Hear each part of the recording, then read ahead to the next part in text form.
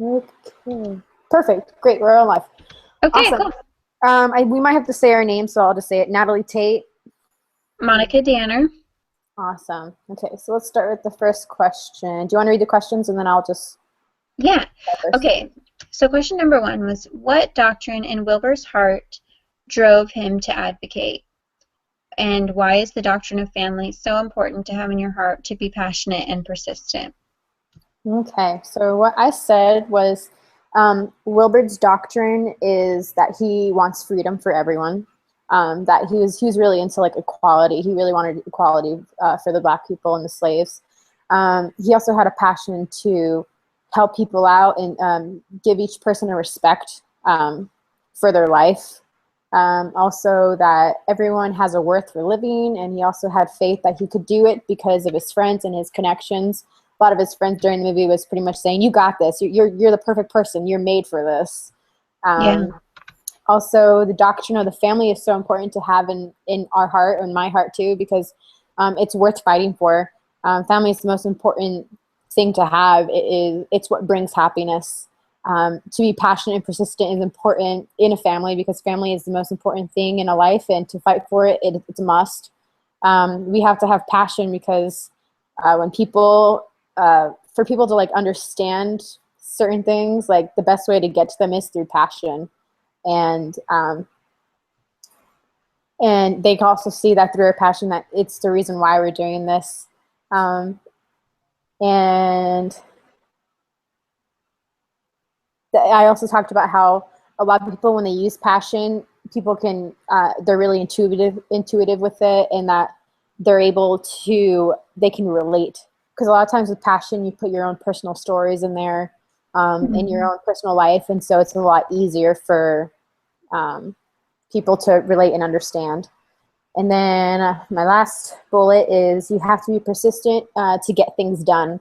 Wilbur did Mm. that. He waited basically like his whole life. Like his whole life, he was like doing this. And he was really persistent in waiting for that moment to do it. He did not give up because he had the passion. I mean, like, he was super old. Like, they showed, like, when he was super young and all the way to, like, old age, where his friend was, Mhm. like, passing away, and then finally the bill passed. And so it's he definitely had a passion for it and just like kept on going even when things got tough, and he did gave up. He did give up, but then his wife definitely um, sparked that flame again in him to fight for it. Yeah. Cool. Yeah, I like how you brought up oh, I just like lost my thought. I just lost my. I was like, hold that thought. I really like what you brought up, and then you said something I didn't think of. But as I give my answer, I'll probably remember the thing I was going to say. I wrote down that he found God, and so just Christianity helped him to, I guess, take his passion and know that it was for such a good cause, not just his own desires. He understood the doctrine that all people are God's children, um, which is important in abolishing slavery because he wanted, like you said, he wanted equality. His friend helped him to realize that I think the quote was he could use his beautiful voice to sing and praise the Lord, but he could also use his voice to change the world by participating in government. And I said, so that was the main thing. I was thinking more like the religious factor was a really big part to push him to advocate. And then it's so important to have the doctrine of family in your heart if you're going to advocate for it because it's very hard work. It's just can really get you down because there's so much opposition. Mm-hmm. I think having a sincere desire and testimony and passion will help you to remember why you're doing it in the first place. Um, and when it comes from what you said was when you have the passion, you incorporate personal stories, and people really relate to that. That could be really powerful and in favor of your cause. And so I really liked that you said that because I remembered us learning about that when we were doing persuasion. Mm-hmm. Um, so yeah, that was really cool. Um, but yeah, it's not an easy fight, and so I think that having that strong doctrine in your, I don't know, as your core, that will help you when you just are faced with so much opposition. Yeah, So I Yeah. I noticed that like in the movie he was definitely figuring that out with God. Like he said he had a religion, but he just stepped away from it, and then all of a sudden he just decided to get back into it when it came to him going to figuring this out with the anti-slavery thing. Yeah. What are you doing, Steve? He doesn't shine. Sorry. And my husband's really loud. Okay. Okay. What was I saying?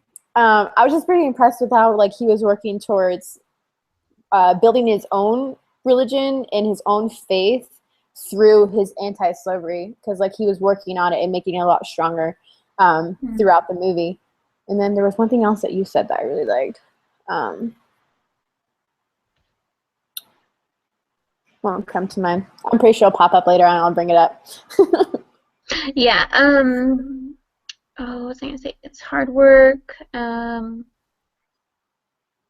Oh, okay. So he could have, and oh, what I like too is he could have just stuck with religion and just been like more of like a clergyman type person.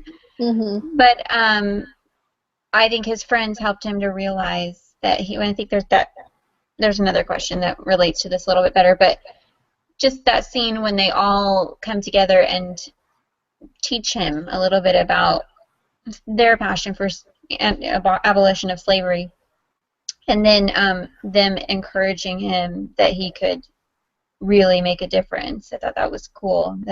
And he could do both. Oh, that was the line I liked. They said, "We know you have a struggle between whether you should pursue religion or government, and we think that you can do both." And that's cool because I think a lot of people don't think that they go hand in hand. I think they're like majorly opposite. So, and that's what's helped me in this class. Again, that's another question, but this class has helped me to realize you can still be true to yourself. You can still be, you can make a difference and still be true to your religion and to your faith. Yeah, okay, so I'm going on other questions probably by now. Okay, cool. Question number 2 was, how did Wilbur employ a theoretical Bronfenbrenner approach to become a more effective advocate? Identify at least one thing in each system and be specific. This was a really tough one for me, so I apologize in advance. Oh, you're good. It was hard for me too. So I'll go with the first one, the mesosystem. I wrote, William did have his workers help him out in time of need, like his butler, I think his name is Richard, but I might be wrong. He also had all the people that were pro-anti-slavery, and they did their best to get research and people to petition for the anti-slavery. So like he had his close, like it was basically like his family, like his coworkers that were at his house. And the one that like sat on the grass with him and like told him about God and what his feelings were in faith and stuff. So it was basically like a brother figure to him, or like even like a dad figure to him, to help him figure out his own situation of where he's at. And then there's this whole group of abolition people that were against it, that were cheering him on, that would give him the faith that he is capable of doing and that he was destined to make this happen, because he was well known in the government system, and he had a lot of people in favor in him, and he had a strong voice, and he definitely had the passion for it once they gave it to him. And so all those people would definitely incorporate his mesosystem because it's all people that are close to him. And then, oh, that's mesosystem. I meant microsystem. Okay, mesosystem's micro is the first one. Micro, I said. Yeah, I was pretty sure that's what you meant. Yeah, I meant micro though. I didn't read the micro. Okay. He said he had his friend Will, that became the prime minister. Will Pitt helped him gain the faith and passion to fight for anti-slavery. So like, Will was the first start to like, bring him into this world of like, fighting for it, and him wanting to become prime minister at a super young age. And it's like, you and me can change the world pretty much. So his best friend like helped him to do that. And then came the mesosystem where he had his workers and he had his people that he worked at in the courtroom. And then the exosystem, his environment that he fights for is being part of the government. Like he was part of the government, so he was already in that situation where he could fight, and he was in that environment to make a stand for that. He also had people that worked together to make sure this bill passed. His people that he was working with fought for it. It wasn't just him doing it. It was the whole group, finding research and stuff to help pass this bill. Yeah. And he touched many people's heart in the neighborhood as well. I mean, I put example of the boat scene when he took random people on the boat, and then he's actually on a slavery boat across, and they smelt how bad it was. I mean, he used things like that to get the neighbors. Like when it comes to situations where you have to stand up for what you believe in, sometimes you have to go out of the way to do random events, I would say, or random things to get people to go for it. You can't just do the basic talk and stuff. Yeah, you have to do multiple things. Well, I like when, sorry to interrupt you, but I like when he said, we need to drop it from the sky, we need to put it in music, we need to put it in, we need to influence so many, different aspects of things so that the average person is, not bombarded is the wrong word, but that it's there, that they can't just ignore it. That they notice that it's a cause to fight for. Yeah, and I thought that was interesting. I mean, I just think that really relates to any kind of advocacy. You want to make it very in your face. In your face. That sounds so abrasive, but that's what I mean. It's true. That's what we have to do, though, because sometimes people are just, it just goes past them. Well, they put their head in the sand. Yeah, I think people have their head in the sand too, and I can probably reference a lot of things that are going on in our country right now. But I won't go there. But we have different things on Facebook and in the news that you could easily share with people, and a lot of people will just pass by those things. But then some people really do read them and kind of wake up to what's going on. Like, oh, okay, this is kind of an urgent need or something that's kind of scary going on that we need to do something about. Yeah, it's like the assignment that we had to create the Facebook thing, and I noticed that even now I'll get notifications because I'm an admin for it that people see and they read it and they're like, "Oh, you're so right. This is so true," and they start sharing as well. I mean, that's so cool. So simple, just by a click of a button, just to make a difference in someone's life or to make someone aware of something. Yeah, that's really cool. That was a cool assignment. Yeah. Okay, and then the microsystem, macro. Macro, yeah. Macro. He was in the government. That's part law. He voted for laws and he helped bills pass. He was in the environment of law, so he had a better chance at making the change. His friend Will was also the prime minister at that time, which can help him fight for a cause of anti-slavery. But he really didn't help much, I guess, because of he didn't want France to know his point of view or something. So he was just kind of on the sideline once he became prime minister.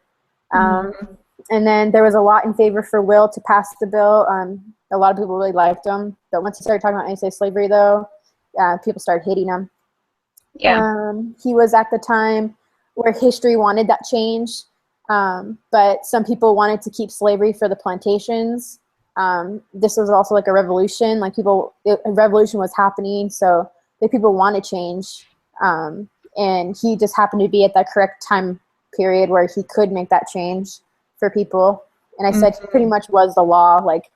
He was engulfed in law, government, so he definitely had the ways of making a big, huge difference than me, or example, if I did that, it'd be hard to do that, but I could do it, but it'd be a lot easier to find someone that is in the system, has a foot in, to help make it.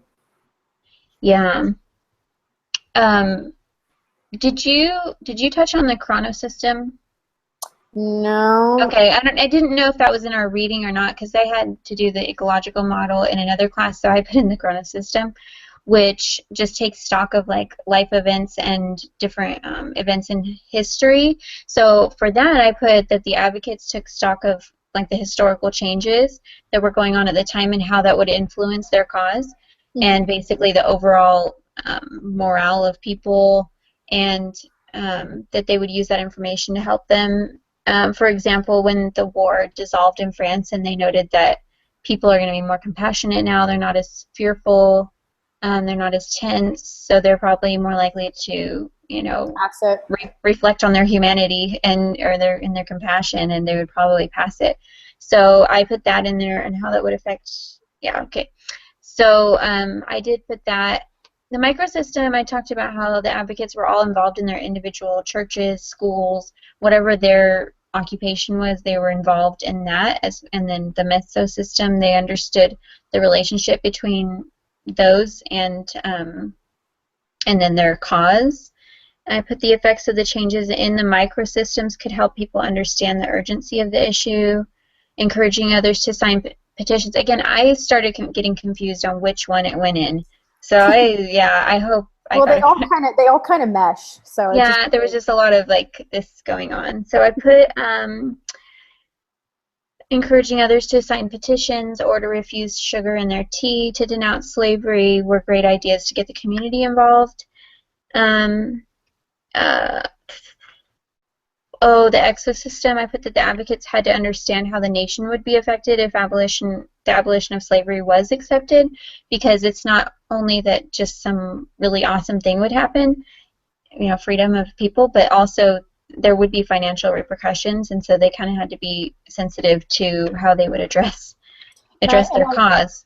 And I wonder about that because, like, you know how like it just took them so long to do that. I wonder if it wasn't the right time because there's still the war with the French. That if they were to abolish slavery at that moment, they probably could have lost. There could have been a lot of death. Oh, yeah. There could have been even more slavery. And so I think but still Wilbert, he was able to actually be able to make people aware of it, and then waited to the right moment where after the war was ended that they could have had that change. But I think if it happened earlier, it would have definitely made it worse. Yeah, and they did a good job of really kind of helping people to be disgusted by slavery by presenting them what it really was. I mean, it wasn't just like, oh, we have people working for us. It was horrific conditions, and just making the average person aware of it on different venues I thought that was really cool how they did that. Okay, what an exosystem. Oh, macrosystem. William understood that slavery was embedded into the culture. Even though it made him sick, he knew that for many other people it was a way of life, and they didn't think anything of it. So understanding this was helpful, but he knew that he needed to appeal to people who were already accepting of slavery and to help change their thinking. So again, that just goes back to helping them just see the facts and be disgusted by what was going on. Even though it was so common in their culture and made their life really cushy. Yeah, there was a good example when there was a scene when they were playing cards, and the short dude was like, "Oh, bring my slave in." But at the same time, he was a pretty well off slave. He fed well, he was dressed well, but I think you're making a point that they needed to make even people that believed in slavery to be aware that, yeah, you might be taking care of your slave, but there's other slaves that have much worse conditions, that we need to respect them too. Yeah. That's hard. I mean, I can't imagine just having to change people, trying to change people's mindset back then. It's been really hard. It would be. Okay, was that the whole question? Let's see. Okay, number 3 is, it's William. How did William and his fellow advocates do and share their research? What evidence did they provide to persuade those opposing or on the fence? Okay, so I have a huge paragraph, so I'm just going to read it and then I'll elaborate. They shared with people by going to them and talking to them. So they publicly went out and told speeches, gave speeches, having research on the size of the boat and examples for people that experienced it, such as I have the actual character's name, Oleda. It's the black guy, but I don't know how to pronounce his name. But he had his experience of being a slave, so he was able to share those stories to people about his experience. And then they also got went around all around the world, not all around, but all around their area to figure out about the dimensions of the boats, and their living styles, just to get to collect data for it. Mm-hmm. He was a slave experience with the guy. He was able to share his experience by writing a book. At the end of the movie, he had a book that he was signing that shared his stories about being a slave. There were also papers about the books by giving the size and how many people were on board. So they were aware of like how many people, slaves, were on ship when they started and how much it ended up when they arrived. Yeah. They also spoke a lot, like everywhere. They just went out and just kept on giving talks, papers, like all that stuff for it. They did demonstrations with the boat situation I was telling you about earlier, with the boat scene, allowing other people to smell and see the boat where slaves were also there, so they can remember that people died on that boat, not slaves but people.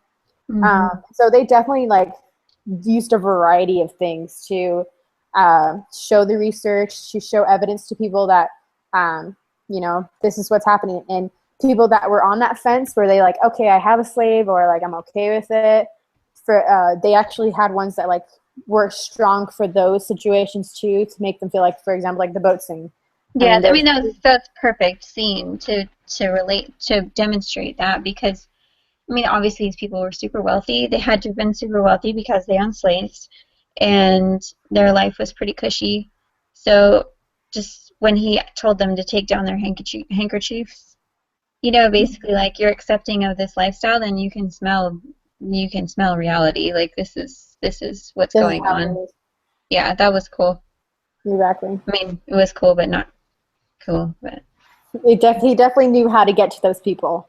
Yeah, it helped. I think that would help people really be, I don't know, just disgusted by it, and bring them off the fence. I said a lot of what you said. They'd spread out and they did research in many different parts of the country. They collected personal accounts. They did the petition as well, of people who wanted to abolish slavery. But they still didn't believe in that. They thought it was fake signatures too. Yeah. The witnesses of events, even not just slavery, people who were in slavery, but people who witnessed it, they shared the information mostly by writing it down and then distributing it and then talking about it. Some of the advocates chose to write books expounding on their firsthand experiences with slavery. This was really helpful because it opened the eyes of many people who were well-meaning to the awful reality of slavery. For those who were on the fence, they appealed to their sense of humanity. Like even when he was in the House of Commons, like he said, "I know some of you, I respect you. Like there are plenty of people in here that I totally respect who believe in slavery." But he appealed to their humanity, that we're all created equal, and and then discussing just the awful conditions, and appealing to the fact that they're good people. And so they know it's wrong, and so they know, basically saying, I know this is wrong. Okay, number 4 was, how does the film portray the importance of working together as a group? And what has the family advocacy group work taught you? Okay, so I said, that's a long list. Okay. If I say anything that you have, you're more than welcome just to interrupt me and just be like, throw your own opinion in there. It's okay. This time, the team has to work really hard together by collecting data around the country. We talked about that. So they work together to do that. Visiting areas and giving speeches to people, having petitions and getting people to sign them. They being there for Will when he tried to speak at court. So it seemed like they were always there, present for him, rooting him on and being by his side, even when people didn't even want to listen to him. They all stood together working hard to fight this. I mean, they all had their struggles, but they all worked together as a team to try to get this done. They all gave faith to others, helping one another keep on going when they gave up. I mean, there's moments where Will, he felt super like this wasn't going to happen, and one of his partners were like, no, you're not right, you're crazy, this is how it's supposed to be, you're supposed to be tough, let's enjoy a drink together and just kind of salute with whatever they're going through and just keep at it every day by day. I mean, they were always there trying to root with each other. They all cheered each other on to make this happen, and still kept on having those passions every year when it passed, and supported even past years. I mean, like, it seemed like Will was sick for a while, and then all of a sudden, like, he went to go at the end of the movie and went to go get everyone saying, hey, you know, come back, and they were there immediately. So it's pretty surprising that even years passed and they still had that passion, and they still were there to stand up for him, even if, you know, he hasn't been there a while because he was sick.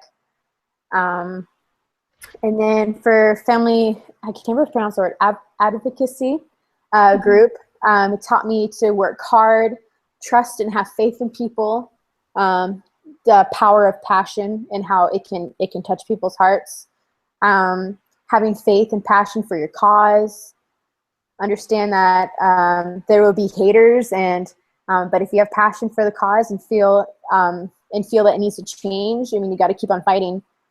Even there's always going to be protesters, always. But if you keep on fighting for your belief, you'll touch at least one person's heart out of those protesters, and then sooner or later it'll get bigger and bigger and bigger. Yeah, I like that. To make an impression, to make an impression, you have to go beyond many things to reach out to people, like in different ways, how we talked about in the movie. Like, they've done multiple things to get to people and make an impression. I was doing like late night thinking, or working with people, constantly saying your cause and protesting, or even if people are not hearing you, but sooner or later someone's going to hear you. So even if people are not hearing you, still got to, you know, say your words, because there's at least one person listening, or will hear one word that will catch their attention, and then they'll start listening. And then my last one was it takes sacrifice to be fighting for some cause. I mean, it's not just emotion, it's your mentality, it's your body, everything. Like, I mean, for Will, he was going through emotional wise, he was going crazy because of how hard it was. He got physically super sick from it too. So it was definitely like sacrifice to his whole body and whole being to, like, you know, for this cause. Yeah. So that's what I am. Awesome. I said a lot of those things. I said that the film, I thought, did a really great job of portraying the importance of working together as a group. I mean, it was obviously mostly about his journey, but it was very apparent from the beginning that this was a group effort. This is going to take a lot of people working really hard with a lot of passion. It was evident that many people needed to take part. I just said that. It was also helpful to have people of different backgrounds and occupations advocating for the same cause. And I felt this when we were doing our group work, because we often had different opinions, or we looked at things from a different perspective, or we had experiences where maybe our opinion was a little bit different, or we were more passionate about a certain thing than another thing. Working as a group can be so beneficial, because it can help you build a following. You can relate to more people when you have a variety. A variety, yeah. And it's beneficial to have people with different talents and abilities working for the same cause. One of the things that just like popped in my head is, you know, like those commercials that the church has put out that say, like, I'm a Mormon, I'm a mom, and I'm a Mormon, or I'm the drummer of the Neon Trees, and I'm a Mormon. I don't know if you've seen that one, but like, yeah, I've seen that one. All those ones where you're like, oh, okay, or like the tattoo girl that is a convert that has all the tattoos. You know, like, it just shows, like, oh, somebody like that accepts the Mormon faith. Like, and I want to know more. Why do they do? You know, why? Because it's not like just a certain people. It's anyone can join. Yeah. Exactly. And so I think there's, you know, all shapes and sizes of people that can advocate for the same cause. And so that is really cool. Now, we're in an LDS, you know, class, and so a lot of us had the same opinions. And I've been reflecting on how this experience would have been extremely different. And I talked about that a little bit more on another question, but how different it would be if we if this was not a faith-based course. But anyway, it is helpful to have different people, even though, like, one of his guys, one of the advocates was like for the revolution. And you know, William told him not to talk about that in front of him ever again. Yeah. But, you know, but that, I mean, still, like having somebody a little bit different could, it could work against you and it could work for you. So that Open was your one, eyes, too. yeah, there was some things that I learned in family advocacy group. We had a couple of discussions that were really hard because we had maybe like we had like a group member that was on the fence about some things. And so that was, we had to be careful, you know, like to be sensitive that somebody else is on the fence or not quite sure what they believe yet. Mm-hmm. And so that was helpful, though, to have that experience where you need to work together and kind of discuss, work things out. So I learned that in the group work. I'm trying to think what else I said that maybe hasn't been touched on. Oh, I was reminded of the book we read, A Sacred Duty, Mm-hmm. and in which it was quite clear that the professor was like chosen, like to speak For at the this. UN. Oh, Yeah, he yeah. was totally reluctant, but you know, things just fell into place. People knew that he needed to be there, and they worked to help to get him there. A woman helped him to get there, and um, so it just things fell into place. And so it was obvious that William was chosen to work for this cause, but it could not have been possible without the group. You know, wouldn't have been possible for so many people unless he had so many people working for the cause as well. So group work is super important. Yeah, Yeah, go ahead.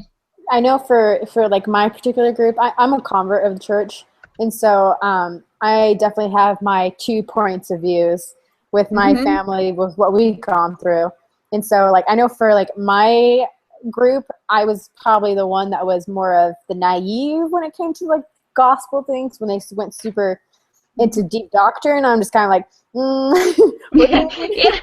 All right, yeah, So guys, yeah.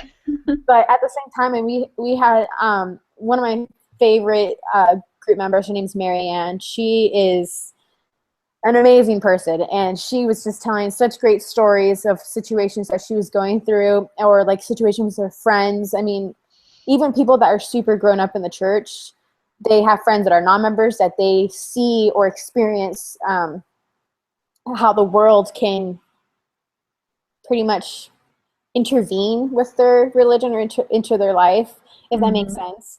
And so I know for me, like our group was like really eye-opening. Like there was a lot of um, situations that happened with our members that you never think would happen in an LDS type of world. And so Mm-hmm. it definitely was variety. And I liked that each and every one of us had our own personal story about it. And so we were Yeah. able to pretty much get all different types of views. How it is for the William, like he had those situations too, where you talking about one had a revolution and other ones had their own experience. And so really Mm-hmm. it is important to have variety in a group because Yeah. it definitely can make you aware of things that you weren't aware of before. Yeah, or it can make it one issue more pressing, you know, like someone who's experienced domestic violence, you know, that they're going to, that is just a huge contribution when you're advocating to have somebody who has a personal experience, as unfortunate as that is. They have a lot more power to relate to people and to understand. So yeah, I think, and also even conflict, like we had it on our discussion board once, we had a group member say, you know, conflict is a good thing. You know, conflict helps us get things done. It helps us to, and I wrote back, I said, yeah, I think conflict helps us to figure out where we stand as well. You kind of get to a point where you have to make a choice, like, well, what do I really believe? What do I really want to say here? And, you know, like with the gay marriage thing going on right now, a lot of us haven't had a reason to be threatened by that. You know, I have friends who are gay. They're great people. They're really, really awesome people, and I don't wish them any harm, you know. Um, but at a certain point, you have to make a decision like, what's my real stance here? What am I What gonna I believe vote? in. How am I gonna vote? How does this affect my relationship with, you know, those people that I know that are living differently than me? How does it affect my family? Eventually, you do have to make a decision. So conflict can be a good thing, Exactly. as long as it's not contentious and as long as you keep the spirit with you. I think it can be a really good thing. Okay, moving on. We'll go to the next one. That was a good one. Okay, what parallels do you see between Wilbur, which is William, and Captain Moroni in Alma 46. What is a Christian and a professional family advocate? What is a Christian and professional family advocate, and how did Wilbur exemplify that? How can you be effective and Christ-like against such loud and often degrading voices? I'll also read what I have real quick. I put that I see a lot of integrity in both men, Captain Moroni and William. They simply could not look away from evil. They had to declare what was true, what was right, and denounce evil practices.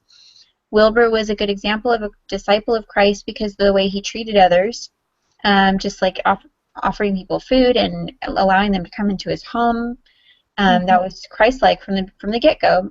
Even like stopping when those men were beating the horse. He just could not look away from evil. And I think of Captain Moroni, who was a strong individual that just, when he saw something that was wrong like that, people being treated wrong, he just had to do something.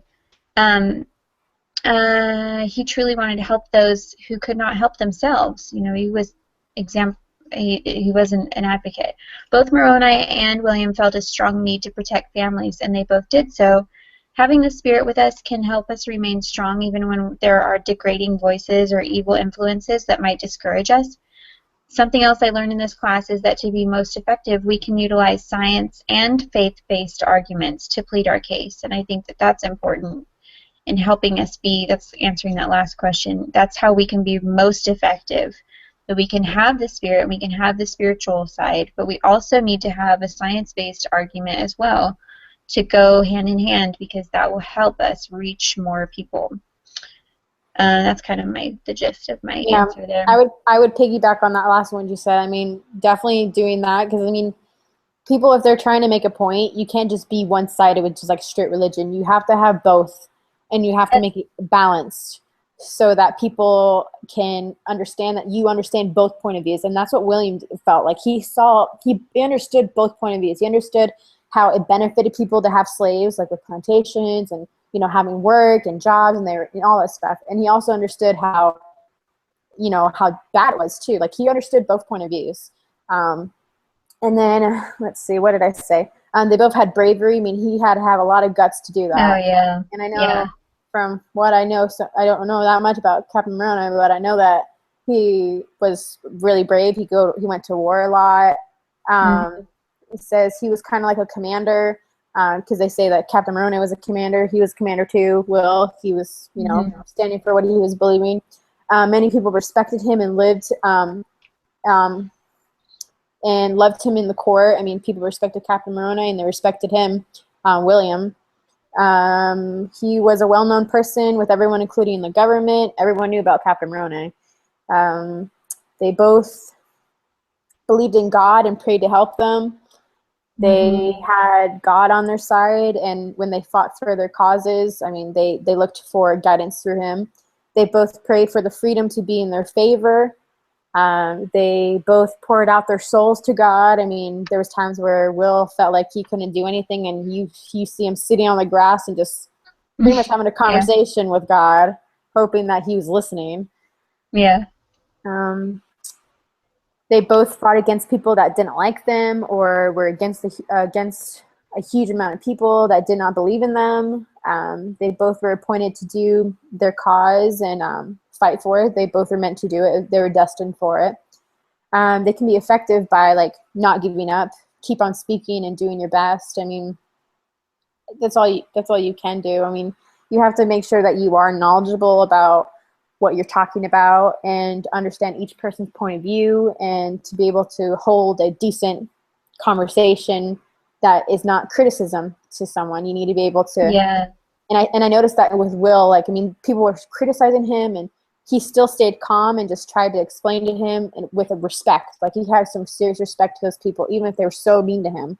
And talked about that with degrading voices. I mean, all you can do is respect the person. Sooner or later, they're going to understand that you are respecting them, and they'll show some respect back. But sometimes people are very emotional when it comes to that stuff. And so I find that Will, he was emotional about it, but he took control of his emotions to where it was a correct amount of emotion that you need for a conversation. And so That's pretty much what I said. Oh, wait, no, there's more. Hold on. Getting different points of views or other ways to show things. So they both try to find different ways to do that. They both had different things to touch to people's hearts. They had different stories, examples like that. Having faith. Or he said showing respect to them and never giving up. They never gave up, both of them. They never did. And they had passion for it, and they had faith in God, that everything will go well. They didn't really know how long it'd be, but yeah, I didn't think they would see the day, probably. they definitely still had faith that it's going to happen sooner or later. Awesome. We kind of touched on this one already, but we'll just like briefly touch on this one. The number 6 was Marcia Barlow spoke on persuasive speaking and writing. Did Wilbur and the others exemplify any of Marcia's ideas, and how so? And I think the advocates did a great job of telling the story to connect with their audience. And then I forgot his name, but the black man who writes the book does a wonderful job. He was such a great asset because he was able to write a book about his experience. And then expounding on the effects of slavery. From there, they created alert or a call to action that people could be motivated to change their thinking and do something about it. And then they presented ways that people could make a difference. You know, the not taking sugar in their tea, and other things that they could do that basically were small, but they made a difference. And so those were the like 3 or 4 things that I remembered from her talk. I know I looked it up, and I had some actual direct quotes from it. And so Awesome. She says, we need people who understand the issues. They understand it, and they can communicate them effectively and persuasively. I mean, William he knew how to talk to people. He knew how to talk in the government. He knew how to get his way in the government. And he knew how to talk persuasively. Like, that was what he was for. That's who he was. And so he was definitely like meant for that. Also the black guy with his book. And there's another quote she says, it really gives you a lot of power for them to know that you understand the issue, that thoroughly. Hold on. I gotta make this bigger. I'm like blind as a bat right now. Okay. Oh, here. I was reading the wrong one. She was saying that like combine data with a story, and then you have something powerful. And that's how it was like for Will. Like, he had research, like we were talking about earlier. You got to have secular, like scientific facts, and then religion. And so they had combined data to have like research. They had the story about the black guy that he was able to have, that he was a slave as well. And from that, it was super powerful that he was able to use those techniques to teach those people and to make people aware. Yeah. And I think that was pretty much it. She pretty much says too, graciousness and kindness. She said that like you have to have that with people. You have to have, gracefulness, and you also have to have graciousness and kindness to people when you are making a point. You have to respect them. So, and that's pretty much, we talked about it earlier. So yeah, that's pretty much about Marcia. Awesome. What role did government policy and religious freedom play in the fight of the slave trade? Did you see their political system as being pro-family? Why or why not? Answer all the questions. This one was a little difficult for me because I didn't really know if the political system was super pro-family, but I wrote that government policy and religious freedom all played a role. Government was a system that, although it was flawed, there allowed there to be organization. The scenes that were of them in the House of Commons gave a good look at how policymaking is tedious and really tiring, but changes can be made this way, and advocacy must exist there. Religious freedom is important as well because it allows people to have a voice. And their political system wasn't the most pro-family, but it was possible for the voice of the people to be heard, just not as easily as like in a democracy. And that was all I really had for that one. I really like that you said that it makes you have a voice. I mean, that's the same situation with Will. Like, he did have a voice at first, but then all of a sudden when he was against something that was the minority, it was really hard for him to bring out that voice. for people to listen. So, but at the same time, they give the opportunity for people to hear. Yeah. I also said that the government didn't really want to change the slave trade. There were more people that were for it than against it. So many times they were screaming with Will and for him not being able to speak at the common room, the court place, because people are mad and upset. Yeah. There were policies and they had to follow it. There's certain rules and laws that you have to do to get a bill passed. And so Will had to work around it, and he was really well versed in it because he is part of the government there, and his group was also part of it too. So there are a lot of rules of passing a bill, but they try to find any loophole, when they did at the end with the flag, changing it with the American flag. I also said religion played a big part on this for Will because he believed in God and felt that this is what needed to be done. He felt he was chosen to make this happen for the slave trade. There was also John, the dude from the church, that helped him with his faith and his expression, the importance of giving slave freedom. And like he talked about, he's becoming blind, but then he had this book and he was super passionate about it, and then that helped Will to get back into everything and fight for it again. And then I felt that the political system wasn't pro-family. I said they were.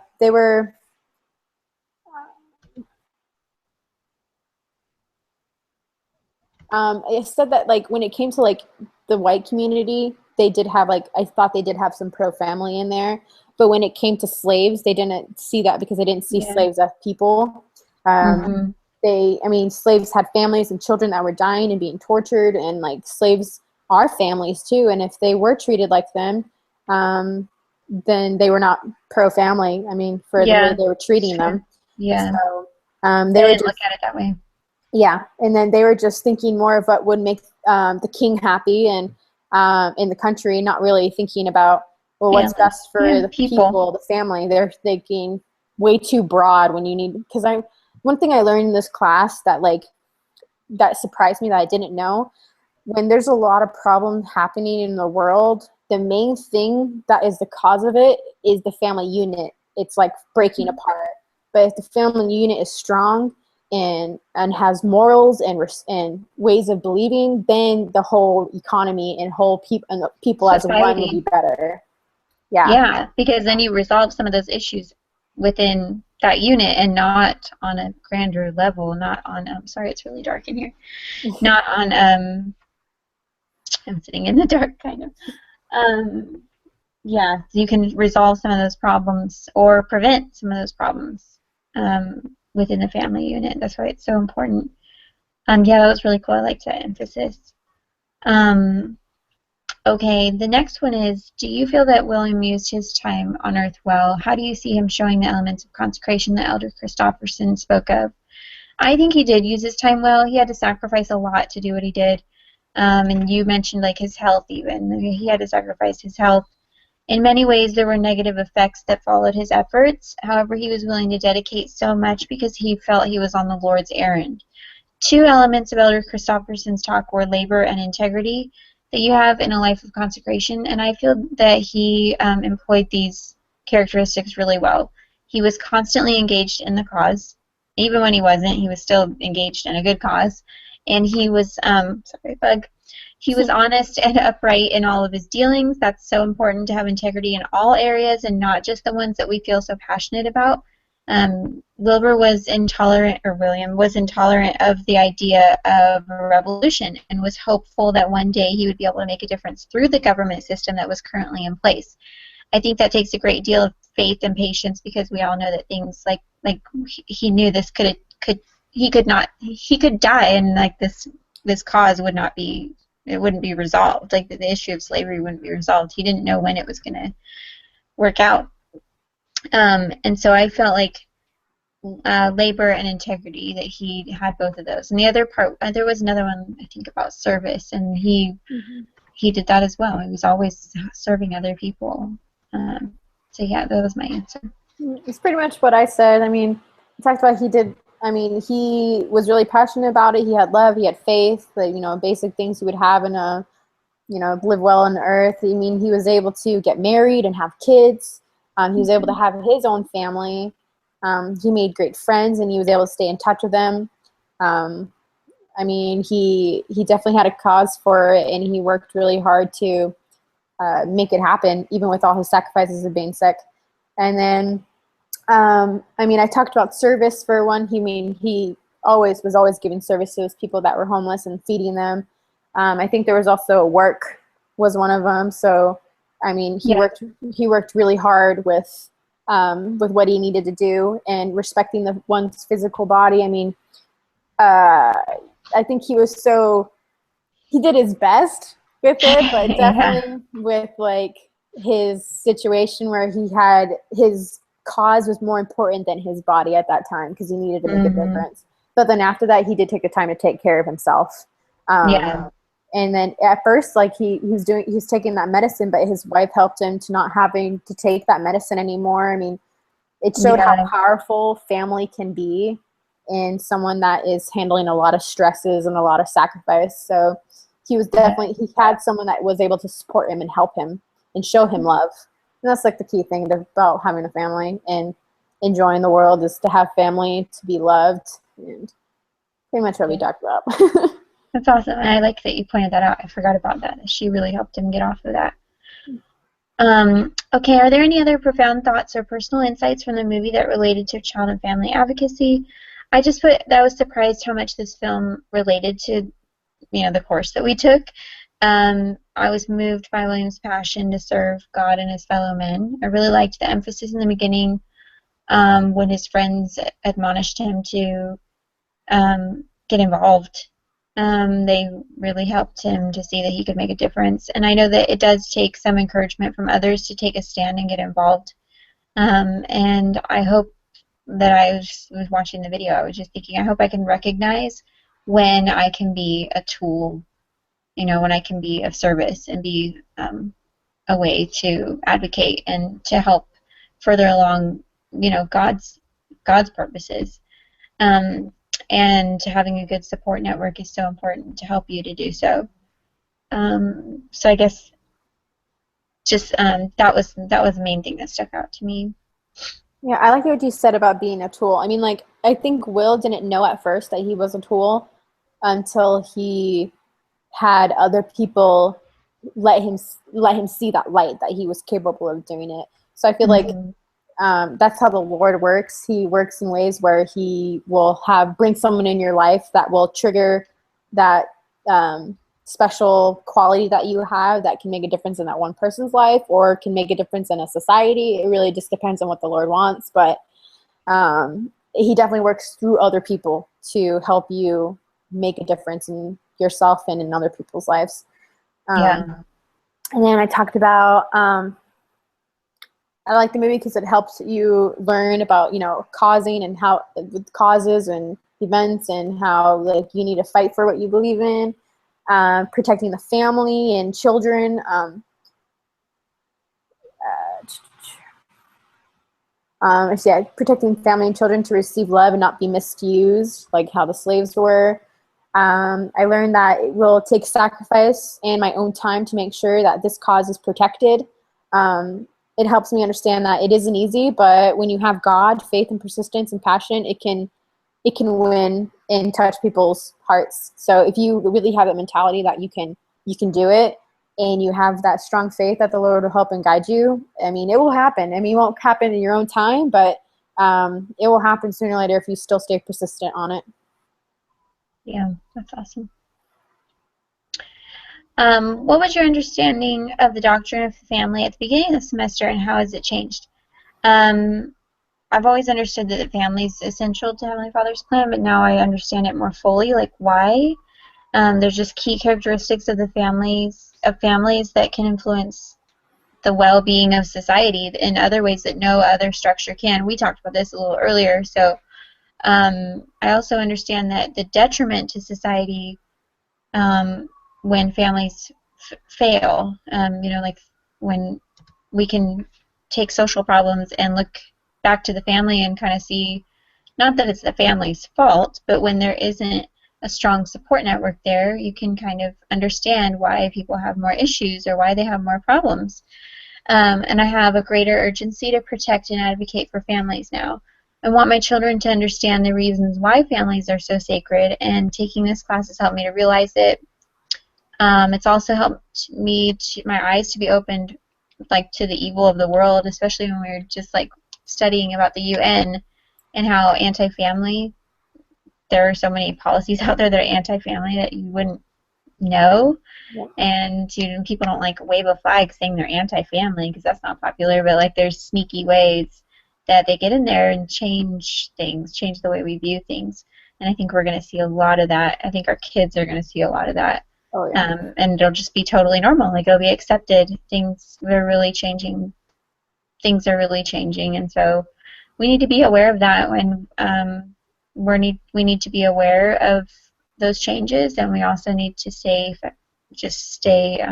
really strong and firm in our beliefs if we're going to advocate for them, and convey that to, especially to our own children, how important gospel doctrine is, the doctrine of family.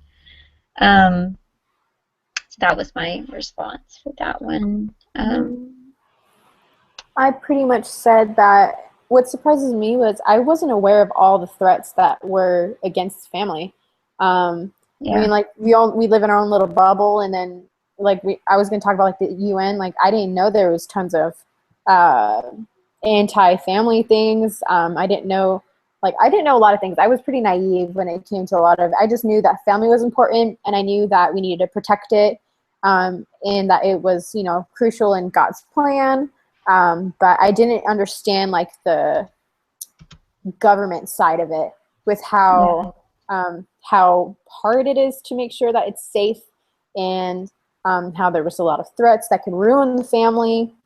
And so, like, for me, like, at the end of the semester, like, I noticed that I was able to see like the big change, the big picture, and that I needed. And I talked about earlier about the family unit and how like normally the main problem to fix is like the family unit if you want to make a big, huge difference in the world, and how our society is changing, and it's something that if it's not something that we believe in, we need to make sure that our kids know what we believe in. We need to teach them morals. We need to teach them to be aware of what's happening.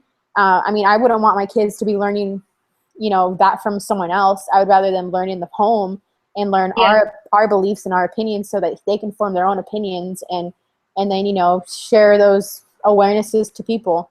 I mean, it's just like when we were when you're still, well, you're probably a lot younger than me, but like when I was a kid, like the DARE program. I mean, I'm not that old. I'm only 31, but like, I remember the DARE program was so big, and it was like you just totally stay away from drugs. You just stay away from them, and so like as a little kid, you knew like if anyone ever offered you drugs, no, that's so awful for you. Like you just know. So there's things that our kids need to know, like about. They need to know about pornography.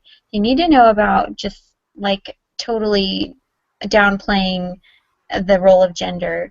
They need to know about those things. They need to know our passion, and they need to know why. Why is it important? Just like the whole don't do drugs, like, because it's bad for you, and it's bad for your body, and this is what it does to your brain, And they need to know those things when it comes to things about family. So you're right. They need to hear it from us, so that when they are confronted with it, which they will be. I mean, it's just like nowadays, especially, like it's just a matter of time when your child will see pornography. And that really scares me, because I have a 6-year-old son, and I think, oh my gosh, I have no idea what I would say to him right now. But, he's already at an age where I can talk to him about good images and bad images, and what we don't look at and what we do look at. And we want them to know why it's important, and then also so that they know when they're confronted with it, they're not so much like curious about it. They're more like, that's bad, no, and they move on. They're going to try to stay away from it. We all have curiosity, and we all like make mistakes and all of that, but helping kind of like have a platform, like these are the things that are scary and not good for us, and these are the things that are good for us.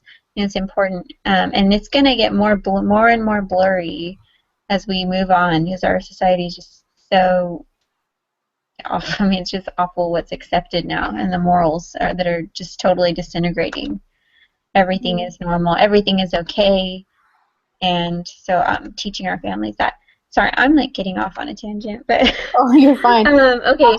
I was going to back up on that because I mean, one of the main things I notice when it comes to making kids aware and like teaching your kids, the main thing is making sure you have the correct environment in your home for them not to be afraid to ask questions. And if they were curious, for them to feel comfortable to ask those questions and to know that if they are bad or if they are right, like all those things, like, I mean, I'm not going to say that I'm going to like, you know, do an experiment in my house, but like if they were ever curious about things and I had it to present it, I would have to like find ways to, I would personally do the research if I have to, and then show them the research if I did.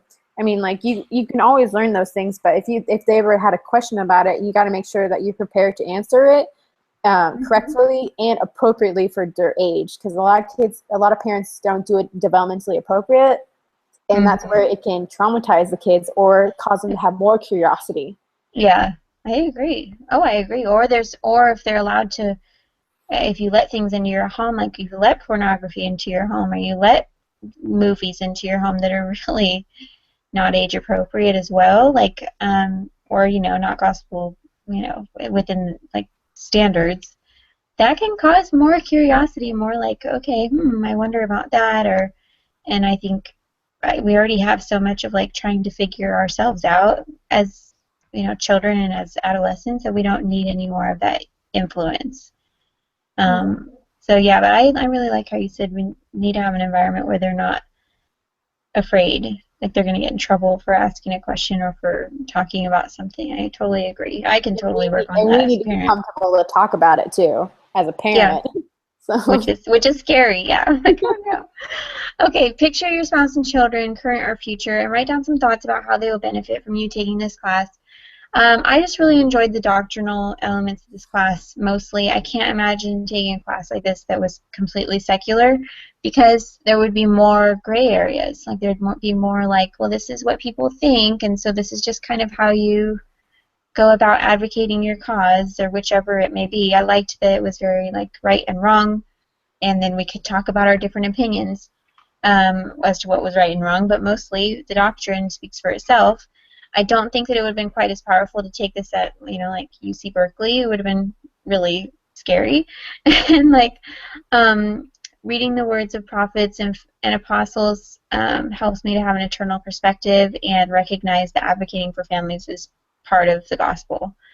I also have a better understanding of my power to influence the environment, which can totally benefit my family. There's small and simple ways to advocate for families, and knowing those ways, like, it just helps me to know that I can make a difference, even if it's through small things. And yeah, that's my answer. Yeah, I had a few of yours. I put like making. I mean, it'll benefit me because I'm always going to be placing my family first, and so my kids will know that, and my whole family will know that family is the most important thing. Also shown the importance of being a mother and even being a stay-at-home mother for my children, so they understand that, yeah, I have a career, I have a degree, and all those things, and those are important, but really the most important thing to me is my kids, and for them to be prepared to witness what they're going to witness later on when they're my age. Yeah. And so, I mean, I want them to know that I'm going to be there for them, and that I love them. And then also allowing the gospel to help your family and guide them, reading prophets, apostles, and, listening to general conference, but reading the scriptures or doing your basic, simple primary answers with your family, reading with your family, doing family home evening, help build that strong with God. I mean, it's like the triangle, God on top, you and your spouse. And that's how it's supposed to be. Also standing up for what I believe in and fighting for it with my family. Like fighting for my family. I mean, it made me aware that I can stand up for my beliefs and I can make a difference in my family, and they can see that I can make a difference in other people's families by just simply being an example for them.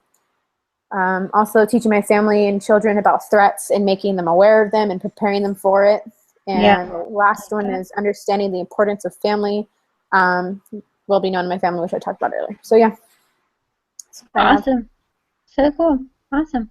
Well, we made it. We made it. We did it. We did it. Yay. Okay, so it talked about hear. Well, I could probably stop the live. Let me stop the broadcast. Okay, awesome.